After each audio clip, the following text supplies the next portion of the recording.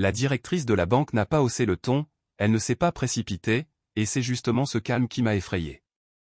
Elle a refermé le dossier, croisé les mains dessus et m'a regardé comme le font les médecins juste avant d'annoncer une nouvelle qui va bouleverser votre vie.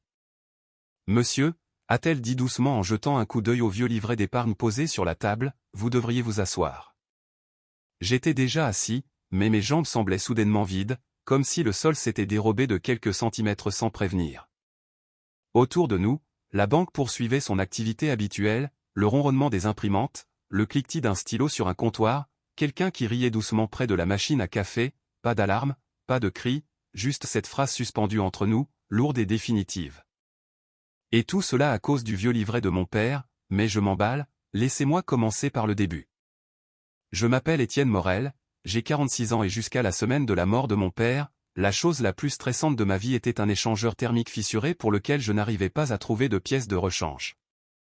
Je suis technicien chauffagiste, je travaille surtout chez les particuliers, parfois dans des petits commerces, c'est un travail honnête, bruyant, le genre de boulot où les genoux vous font mal le soir et où vos mains sentent le métal et la poussière, peu importe combien vous les frottez. Je vis en banlieue de Lyon, dans un pavillon modeste avec un crépi qui a connu des jours meilleurs, ma camionnette est payée mais elle vibre quand je suis à l'arrêt au feu rouge, je ne suis pas pauvre mais je ne suis pas à l'aise non plus, je répare des choses pour gagner ma vie et... D'une certaine manière, j'ai appris à vivre avec quelques éléments brisés dans ma propre existence. Mon père, François Morel, était tout l'opposé, il ne pouvait rien laisser de cassé. François avait 74 ans quand il est parti, un homme calme, solide, il avait passé la majeure partie de sa vie comme comptable d'atelier puis comme chef d'équipe dans une usine qui n'existe plus aujourd'hui. Quand l'entreprise a fermé, il ne s'est pas plaint, il a juste serré la ceinture et a continué, papa vivait simplement, le même manteau chaque hiver, le même café noir chaque matin. Il avait un dicton qu'il répétait chaque fois que je bâclais un travail ou que j'essayais d'estimer une mesure à l'œil, mesure 2 fois, disait-il en tapotant le côté de son mètre ruban avec son articulation, coupe une seule fois. Je n'ai réalisé que bien plus tard qu'il ne parlait pas seulement du bois. Les funérailles ont eu lieu un jeudi, sous un ciel gris et un vent froid qui traversait les vestes, peu importe leur épaisseur. Ma femme, Valérie, a organisé la plupart des choses, elle est douée pour les listes, les plannings, pour s'assurer que tout se déroule efficacement, elle croit que les émotions sont quelque chose qu'on gère, pas quelque chose qu'on ressent. La cérémonie fut courte, polie, tout le monde a dit ce qu'il fallait, je me tenais au premier rang à côté de Valérie, hochant la tête quand je devais hocher la tête, serrant les mains qu'on me tendait. Je me souviens avoir pensé combien il était étrange que mon père, qui avait construit tant de choses de ses mains, soit réduit à quelques phrases lues sur une fiche cartonnée. Après, nous sommes retournés à la maison de papa, celle où j'ai grandi. Valérie parcourait les pièces avec un œil critique, parlant déjà de ce qui devrait être donné à Emmaüs, de ce qui pourrait être vendu.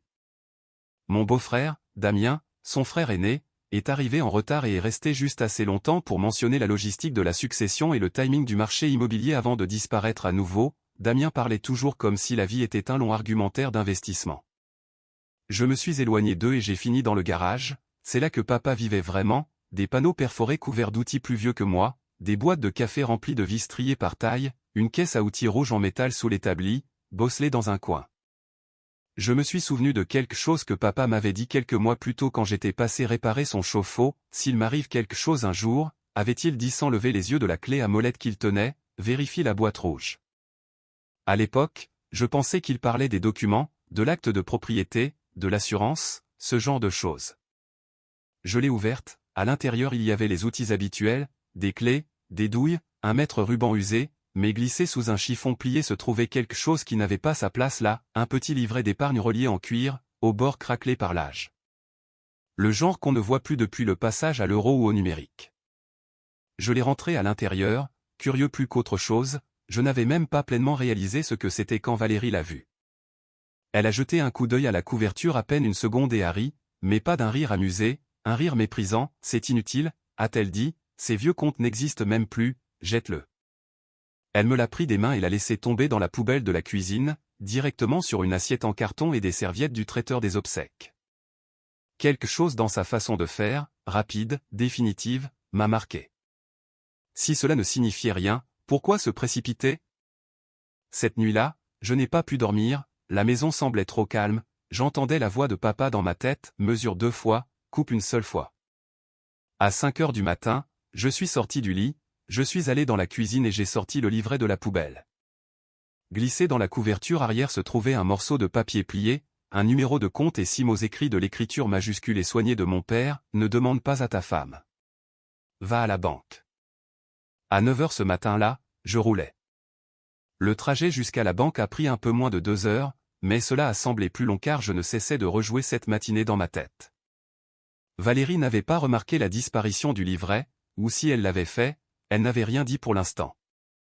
La maison était silencieuse quand je suis parti, ce genre de silence qui vous donne l'impression de vous enfuir alors même que vous ne faites rien de mal. J'ai éteint la radio après 10 minutes, j'avais besoin de réfléchir. Mon père n'était pas un homme dramatique, il ne laissait pas d'énigmes, il ne parlait pas par demi-vérité. S'il avait écrit « Ne demande pas à ta femme », ce n'était pas de la paranoïa, c'était une instruction. Et s'il me disait d'aller à la banque, c'est qu'il y avait quelque chose à voir de mes propres yeux. À mi-chemin, mon téléphone a sonné. Valérie. J'ai laissé sonner 2 fois avant de répondre. Salut, ai-je dit en gardant une voix neutre. Où es-tu? A-t-elle demandé, pas accusatrice, curieuse, trop calme. Je fais une course, ai-je dit, j'ai pris ma matinée. Une pause, je pouvais l'entendre réfléchir. Tu n'as rien pris d'autre à la maison, n'est-ce pas? De chez ton père, je veux dire. Juste quelques vieux manuels, ai-je dit, des trucs du garage. Une autre pause, plus courte cette fois.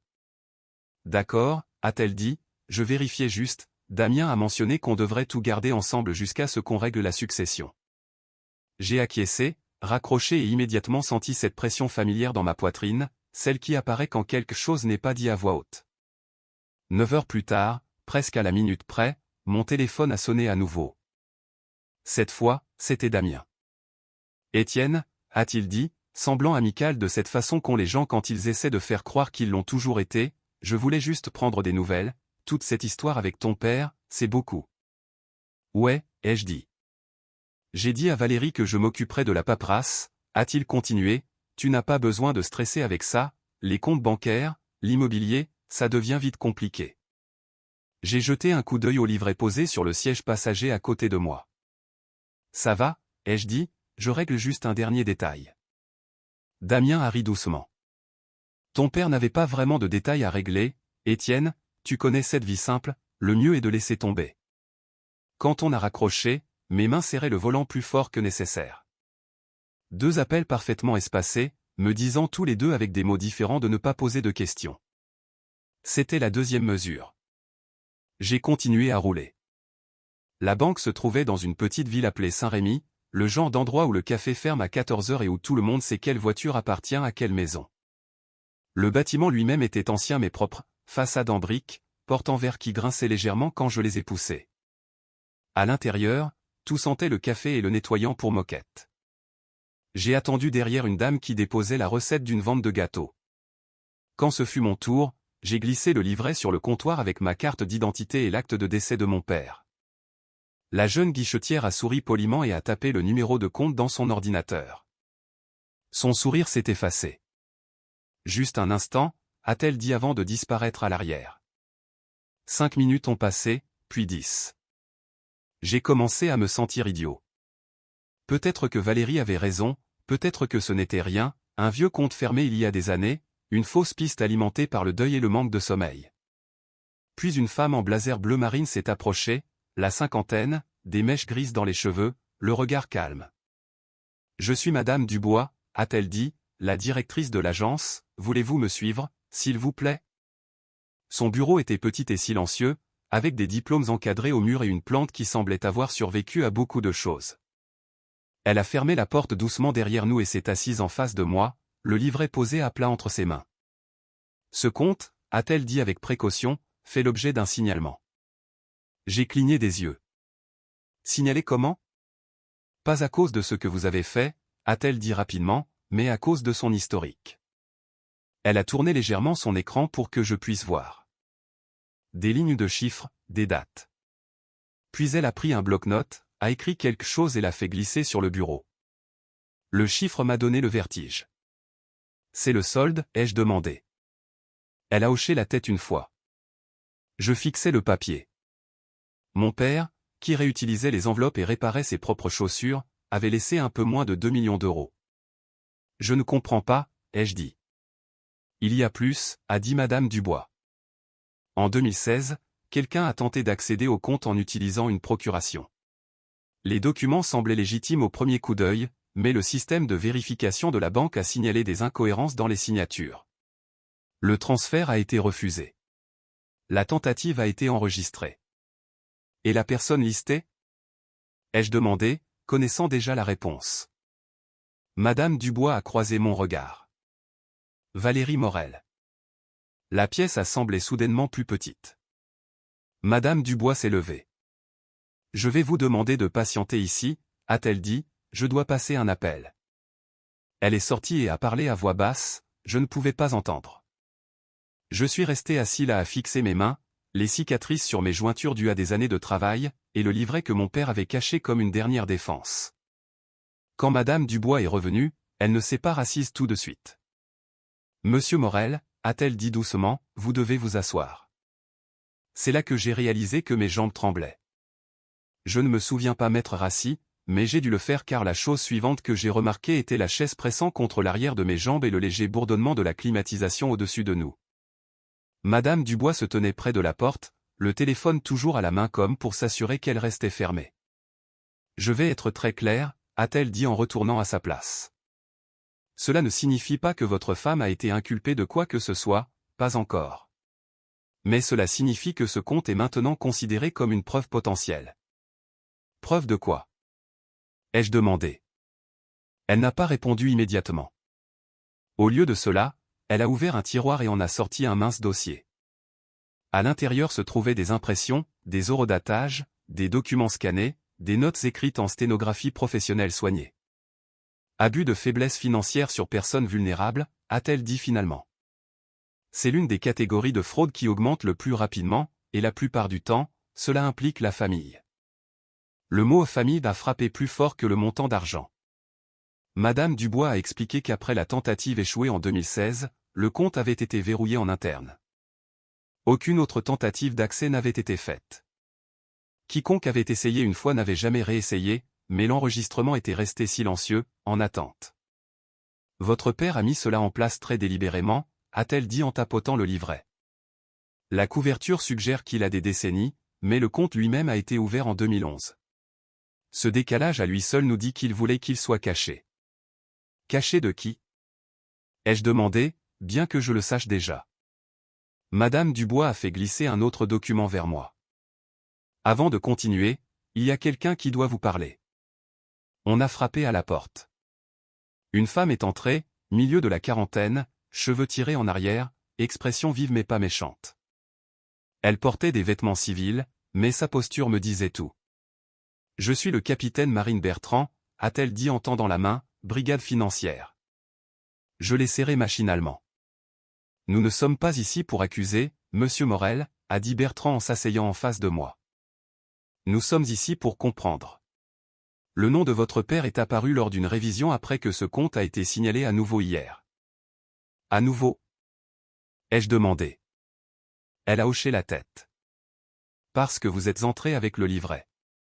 Bertrand posait des questions comme le font les professionnels, calmes, spécifiques, patientes. Qui gérait les finances de mon père ces 10 dernières années? Qui avait accès à son courrier, ses mots de passe, son chéquier? Pendant qu'elle parlait, des souvenirs auxquels je n'avais pas prêté beaucoup d'attention commençaient à s'aligner dans ma tête. Valérie insistant pour s'occuper des factures quand la vue de papa a baissé. Valérie répondant à son téléphone quand j'appelais. Valérie me disant que papa était confus, qu'il mélangeait les dates, oubliait les conversations. Je l'avais cru. Pourquoi ne l'aurais-je pas fait? Votre père a-t-il déjà mentionné se sentir sous pression? A demandé Bertrand. J'ai hésité. Puis je me suis souvenu de la façon dont il m'avait regardé des mois auparavant dans le garage. Pas faible, pas confus, juste prudent. Il m'a dit de vérifier la caisse à outils rouge, ai-je dit doucement, et de ne rien demander à ma femme. Bertrand n'a pas réagi.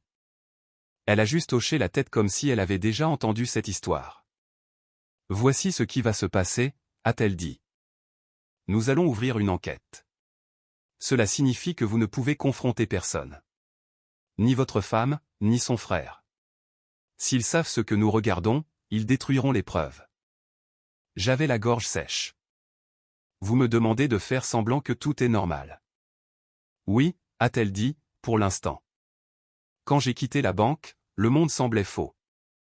Plus lumineux, plus bruyant, comme si quelqu'un avait monté le contraste trop haut. Je suis resté assis dans ma camionnette pendant 10 minutes avant de tourner la clé. Ce soir-là, Valérie a agi comme si de rien n'était. Elle a demandé ce que je voulais pour le dîner, s'est plainte des embouteillages, a mentionné que Damien avait une excellente idée pour vendre certains des vieux équipements de papa. Je regardais ses mains pendant qu'elle parlait. Stable, confiante, les mains de quelqu'un qui croyait à l'histoire qu'elle racontait. Au cours des jours suivants, les appels ont continué. Damien prenant des nouvelles. Valérie posant de petites questions pointues. Où étais-je allé? Pourquoi étais-je en retard? La banque avait-elle été bondée? Je répondais prudemment. Phrase courte, pas de détails. La nuit, j'ai commencé à noter des choses. Date, heure, mots exacts. Je ne me disais pas pourquoi je le faisais simplement. Peut-être parce que mon père aurait mesuré 2 fois. Une semaine plus tard, le capitaine Bertrand a appelé. Nous avons tracé certains transferts, a-t-elle dit. Ils ne viennent pas directement des comptes de votre père. Ils passent d'abord par une société écran. Mon estomac s'est noué. Qui est propriétaire? Ai-je demandé. Votre beau-frère, a-t-elle dit, Damien Vasseur. Je me suis assis sur le bord du lit, fixant le mur. Il y a autre chose, a ajouté Bertrand. Nous avons besoin que vous rencontriez un avocat en qui votre père avait confiance. Il s'appelle Maître Henry Klein. Il garde quelque chose pour vous. Quel genre de chose? Ai-je demandé. Bertrand a marqué une pause. Le genre qui explique pourquoi votre père a attendu si longtemps. Quand j'ai raccroché, Valérie est entrée dans la chambre. Ça va? A-t-elle demandé en étudiant mon visage. Tu es calme ces derniers temps. Je me suis forcé à sourire. Juste fatigué. Elle a hoché la tête, mais ses yeux se sont attardés sur moi une seconde de trop. Cette nuit-là, allongé dans le lit à côté d'elle, j'ai réalisé quelque chose qui m'effrayait plus que l'argent, plus que l'enquête. Mon père n'avait pas seulement caché un compte. Il s'était préparé à ça. Le cabinet de Maître Henry Klein était exactement ce à quoi je m'attendais pour un avocat de 76 ans. Des étagères en bois sombre ployées sous le poids d'épais classeurs. Des diplômes encadrés jaunis par l'âge pendaient légèrement de travers au mur. L'air sentait légèrement le papier, le cuir et le vieux café réchauffé une fois de trop. Henri lui-même s'est levé lentement quand je suis entré, grand mais voûté, ses mouvements prudents comme ceux de quelqu'un qui a appris la patience à la dure. « Étienne Morel » a-t-il dit en tendant la main. « Je suis désolé pour votre père. »« Merci » ai-je répondu. Sa poigne était ferme, rassurante. Nous nous sommes assis l'un en face de l'autre à un bureau lourd qui avait probablement survécu à plus d'un mariage et d'une carrière. Pendant un instant, il m'a juste regardé comme s'il mesurait quelque chose d'invisible. François m'a dit que ce jour pourrait arriver, a dit Henri finalement. Il ne savait juste pas quand. Il a fouillé dans un tiroir et en a sorti un épais dossier cartonné. Il a atterri sur le bureau avec un poids doux mais indéniable. Votre père m'a demandé de vous donner ceci seulement après que vous ayez apporté le livret à la banque, a-t-il dit. Pas avant. Pas si vous le trouviez et décidiez de laisser tomber. Seulement si vous alliez jusqu'au bout. J'ai ouvert le dossier lentement. À l'intérieur se trouvaient des copies de documents, des relevés bancaires, des notes manuscrites et des comparaisons de signatures côte à côte. À gauche, la vraie signature de mon père. Pression inégale, léger tremblement. À droite, la version falsifiée. Trop propre, trop constante. Il l'a remarqué, a dit Henri doucement, tout de suite. Les notes étaient méticuleuses. Date, montant, numéro de compte. Chaque transaction douteuse était entourée à l'encre rouge suivie d'une courte observation écrite en lettres majuscules précises par mon père. Virement non autorisé. Signature non conforme. Confrontation, niée. Il est venu me voir en 2017, a continué Henri, il m'a dit qu'il pensait que sa belle-fille siphonnait de l'argent. Il avait des preuves mais aucune autorité. Elle avait une procuration à ce moment-là. J'ai senti un nœud se resserrer dans ma poitrine. Pourquoi n'est-il pas allé voir la police? Henri a soupiré. Il a essayé informellement, mais il avait déjà été étiqueté comme confus. Une fois que cette étiquette colle, c'est dur de s'en défaire, surtout quand la personne qui contrôle vos soins est celle qui raconte l'histoire. Au fond du dossier se trouvait une attestation sur l'honneur datée de 2 ans plus tôt. J'ai reconnu l'écriture de mon père immédiatement. Je suis sain d'esprit. Je sais exactement ce que je fais. Je suis exploité financièrement par un membre de ma famille. Je documente ceci pour que la vérité survive au mensonge. Ma vision s'est brouillée un instant. Il savait qu'il ne pouvait pas gagner de son vivant, a dit Henri. Alors il s'est préparé pour l'après. J'ai tourné la dernière partie du dossier, une page unique séparée du reste. François appelait ça son assurance, a expliqué Henri. Le compte que vous avez trouvé. Il a déplacé ce qu'il pouvait avant que la pression ne devienne insupportable. Il l'a caché derrière quelque chose de vieux et d'anodin, et il vous a fait confiance pour finir le travail. Pourquoi moi? Ai-je demandé. Henri a souri tristement. Parce que vous posez des questions. Parce que vous réparez les choses au lieu de les ignorer. Parce que vous ne vous êtes pas précipité. Mesure 2 fois, coupe une seule fois. Quand j'ai quitté le cabinet d'Henri, mon téléphone a vibré presque immédiatement. Capitaine Bertrand. On y est presque, a-t-elle dit. Nous avons demandé des mandats, dossiers financiers, appareils électroniques, locaux liés à la société de Damien. Mon cœur battait la chamade. Quand? Bientôt, a-t-elle dit. Mais j'ai besoin que vous continuiez à faire ce que vous faites. Normal, calme. Ce soir-là, Valérie m'a observé plus attentivement que d'habitude. Elle a demandé si je me sentais bien, si le travail était stressant, si je voulais parler. Je vais bien, ai-je dit. Juste fatigué. Plus tard, alors qu'elle faisait la vaisselle, elle a jeté un coup d'œil par-dessus son épaule. Tu n'es pas retourné à la banque, n'est-ce pas? Non, ai-je répondu en croisant son regard. Pourquoi? Elle a haussé les épaules. Ça ressemble juste au genre de choses que les gens font quand ils sont inquiets. J'ai souri lentement et prudemment. Je ne suis pas inquiet, mais elle n'a pas rendu mon sourire. 2 jours plus tard, le capitaine Bertrand a rappelé. On bouge demain, a-t-elle dit. Mandat simultané. Pas d'avertissement. Je pensais que vous voudriez savoir. J'ai raccroché et je suis resté seul dans ma camionnette pendant un long moment, les mains posées sur le volant, écoutant le moteur teinter en refroidissant. Mon père avait mesuré chaque étape, documenté chaque coupe. Il n'avait pas été faible ou confus. Il avait été patient et demain, sa patience allait payer. L'appel est arrivé à 6h12 du matin. Le capitaine Bertrand n'a pas perdu de temps en paroles. C'est pour aujourd'hui, a-t-elle dit. 7 heures précises. Mandat simultané. J'étais déjà réveillé. J'étais allongé là à fixer le plafond, écoutant la respiration de Valérie à côté de moi, la comptant comme je comptais les pas de mon père dans le garage quand j'étais gamin. Lent, régulier, contrôlé. Je me demandais si elle sentait quelque chose. Si un instinct lui chuchotait que le sol sous ses pieds était sur le point de céder. Merci de me prévenir, ai-je dit. Je ne vous demanderai pas d'être là, a répondu Bertrand. En fait, c'est mieux si vous n'y êtes pas resté juste disponible. Après avoir raccroché, je me suis glissé hors du lit et habillé silencieusement. La maison était sombre, la lumière bleue du petit matin filtrant à travers les stores. J'ai fait du café que je n'ai pas bu et je me suis assis à la table de la cuisine, les mains autour de la tasse, sentant sa chaleur sans enregistrer le réconfort. À 7 heures exactement, mon téléphone a vibré à nouveau.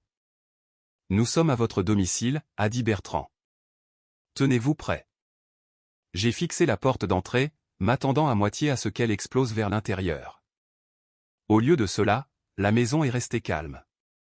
Valérie était à l'étage, probablement en train de s'habiller pour le travail, pensant que c'était juste un autre mardi. Je me demandais ce que c'était, ce dernier moment avant que la vérité n'arrive, quand tout semble encore normal. Je n'étais pas là quand ils ont frappé. Bertrand m'a raconté plus tard. 2 officiers, un signe visible, voix calme, pas de cri. Valérie a répondu en peignoir, tasse de café à la main. Elle a essayé le sourire d'abord, puis la confusion, puis l'offense. Les strates répétées d'une femme qui s'était sortie de situation par la parole toute sa vie. Quand le mandat a été lu, fraude, faux et usage de faux, abus de faiblesse, le sourire a disparu. Juste une seconde, son visage est devenu vide, comme un masque qui glisse. À l'autre bout de la ville, au même moment, des officiers entraient dans le bureau de Damien. Il était en réunion avec 2 clients, au milieu d'une phrase, la main levée pour souligner un point sur la croissance à long terme. La pièce est devenue silencieuse quand les insignes sont sortis. Damien a essayé d'en rire, a demandé s'il y avait une erreur, a mentionné son avocat. Les officiers n'étaient pas intéressés. À 8h30, ils étaient tous les deux en garde à vue. Je l'ai appris assis dans ma camionnette devant une quincaillerie, regardant un homme charger des sacs de paillis dans son coffre comme si c'était n'importe quel autre matin en France. Je n'ai pas ressenti de triomphe. Je n'ai pas ressenti de soulagement. Je me sentais fatigué. Cet après-midi-là, l'avocat de Valérie a appelé. Sa voix était lisse, exercée. « Monsieur Morel, ma cliente pense qu'il y a un malentendu. Ces situations peuvent s'envenimer inutilement si les émotions s'en mêlent. » Je n'ai rien dit. Elle est prête à restituer une partie des fonds, a-t-il continué. Nous pourrions régler cela discrètement, éviter le stress d'une enquête prolongée. Une partie, ai-je répété. Oui, a-t-il dit rapidement. Vu les circonstances, l'état de votre père, la nature informelle des arrangements. Mon père n'était pas confus, ai-je dit, et il n'y a rien d'informel dans des signatures falsifiées. Silence au bout du fil. L'avocat s'est raclé la gorge. Vous devriez considérer ce que cela va faire à votre famille. J'ai pensé à mon père assis seul à sa table de cuisine, documentant des vols que personne ne croyait. Je l'ai déjà fait, ai-je dit avant de raccrocher. Cette nuit-là, je suis retourné à la maison de mon père. L'endroit semblait différent maintenant, plus léger d'une certaine manière. J'ai marché lentement à travers les pièces, touchant le dossier des chaises, le bord de l'établi, la boîte à outils rouge toujours assise là où elle avait toujours été. Sur l'établi se trouvait un bloc-notes jaune. L'écriture de mon père remplissait la première page. Si tu lis ceci, les choses ont commencé à bouger.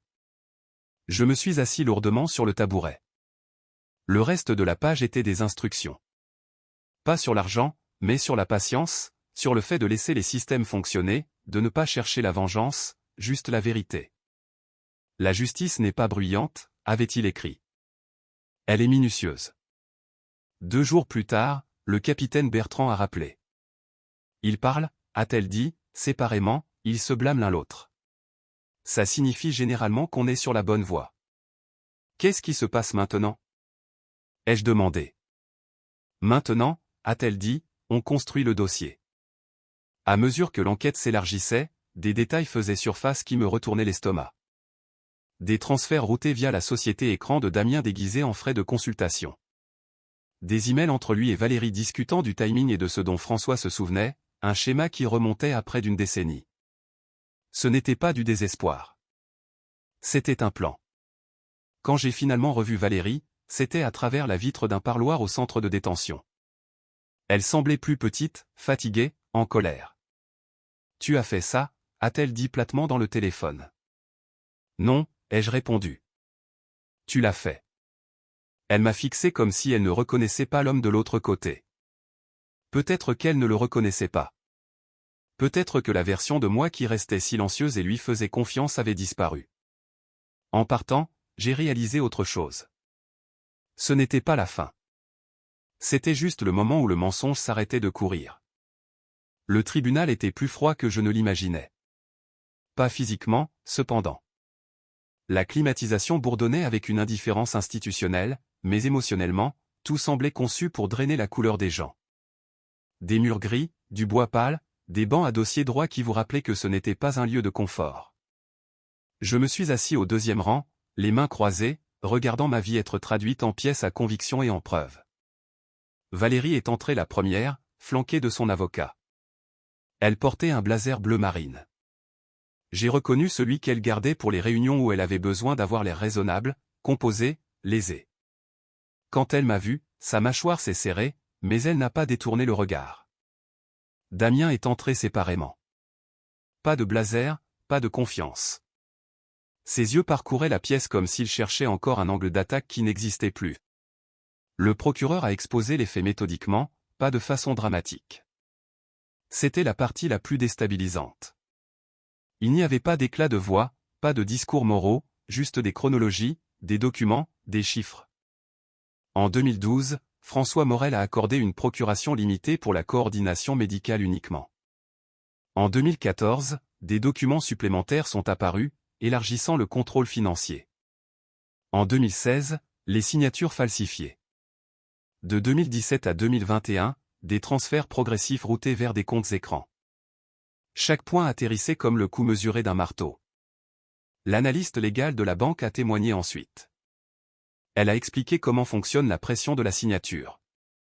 Comment la mémoire musculaire laisse des traces qu'aucun faussaire ne peut pleinement reproduire. Sur l'écran derrière elle, la vraie signature de mon père est apparue à côté de la fausse. Vous voyez cette hésitation ?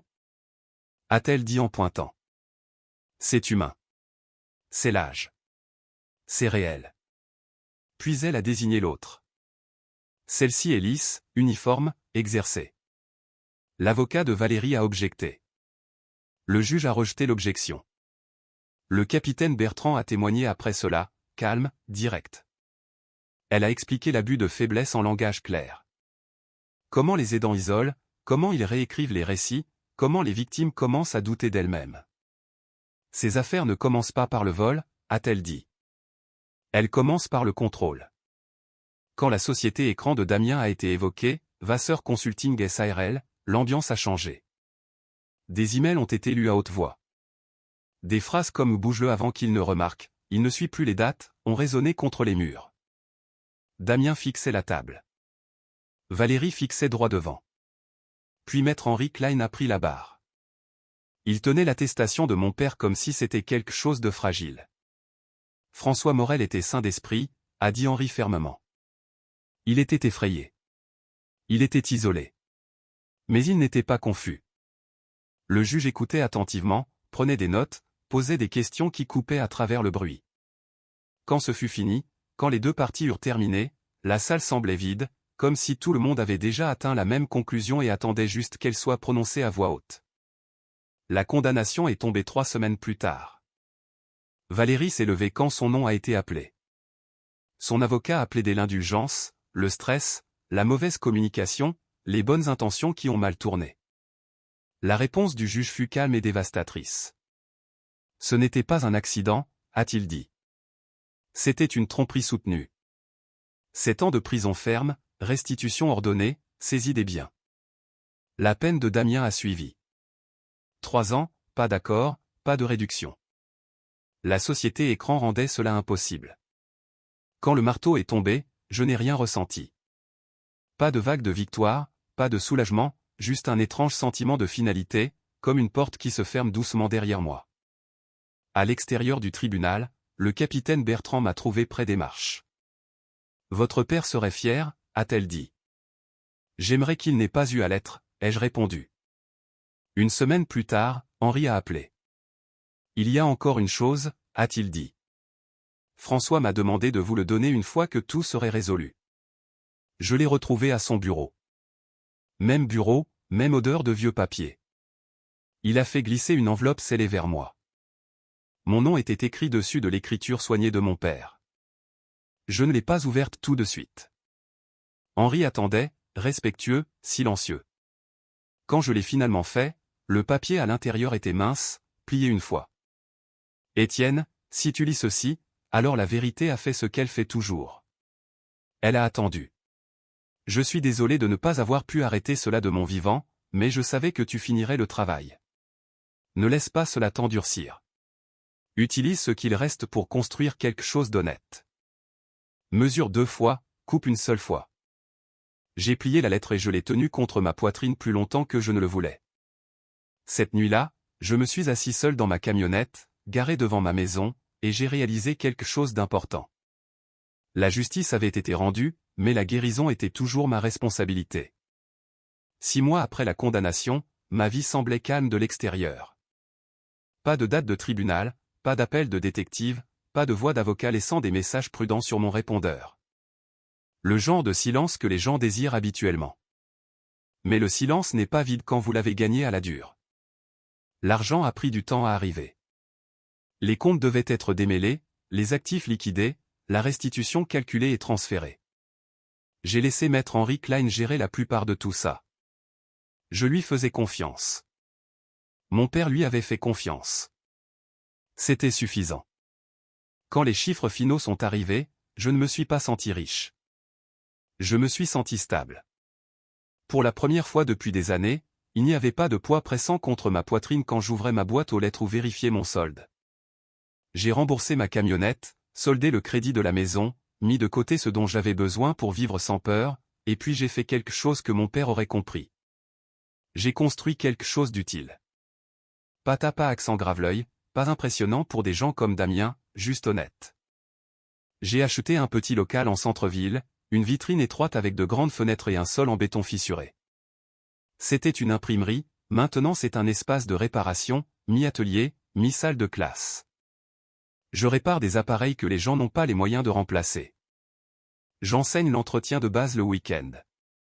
Comment changer des filtres, comment écouter une machine avant qu'elle ne casse. Sur le mur du fond, au-dessus de l'établi principal, j'ai accroché le maître ruban de mon père, le vieux. Le bord métallique usé par des décennies d'utilisation. À côté, encadré simplement, ces mots, mesure 2 fois, coupe une seule fois. Les gens posent des questions à ce sujet parfois. Je leur dis juste qu'il appartenait à quelqu'un qui croyait qu'il fallait faire les choses avec soin. Valérie écrit des lettres depuis la prison, des longues, des pages remplies d'explications, d'accusations, d'excuses qui reviennent toujours au blâme. Elle dit que j'ai tout gâché, que je l'ai trahi, que la famille ne devrait pas se faire ça. Je ne réponds pas. Certaines portes, une fois fermées, n'ont pas besoin d'être rouvertes pour prouver qu'elles sont verrouillées. La femme de Damien a divorcé. Sa société a été dissoute. Les clients ont disparu aussi vite qu'ils l'avaient encensé. Quand quelqu'un construit sa vie sur des raccourcis, il s'avère qu'il n'y a rien en dessous quand les raccourcis s'effondrent. Une fois, Henri a demandé si je voulais rendre visite à Valérie ou Damien, pour tourner la page, comme il disait. J'y ai réfléchi une journée. Puis j'ai dit, non, tourner la page n'est pas quelque chose que les autres vous donnent. C'est quelque chose que vous choisissez quand vous arrêtez d'attendre des explications qui ne vous guériront pas. Parfois, tard dans l'après-midi, quand l'atelier est calme et que la lumière tombe juste comme il faut à travers les fenêtres, j'entends la voix de mon père dans ma tête. Pas la sérieuse, la plus douce. Celle qu'il utilisait quand il enseignait, pas quand il corrigeait. J'aimerais qu'il soit là pour voir cet endroit. J'aimerais qu'il n'ait jamais eu besoin de cacher quoi que ce soit. J'aimerais qu'il ait été cru quand cela comptait. Mais je sais aussi ceci, il n'a pas été vaincu. Il a été patient. Il a laissé derrière lui plus que de l'argent. Il a laissé un enregistrement, une vérité qui a survécu au mensonge. Et il m'a fait confiance pour porter cela le reste du chemin. Si vous écoutez ceci et que quelque chose vous semble familier, si on vous a déjà dit que vous imaginiez des choses, que vous réagissiez de manière excessive, qu'il valait mieux ne pas poser de questions, j'espère que vous entendrez cette partie clairement. Faites attention à ce qui n'a pas de sens. Écrivez les choses.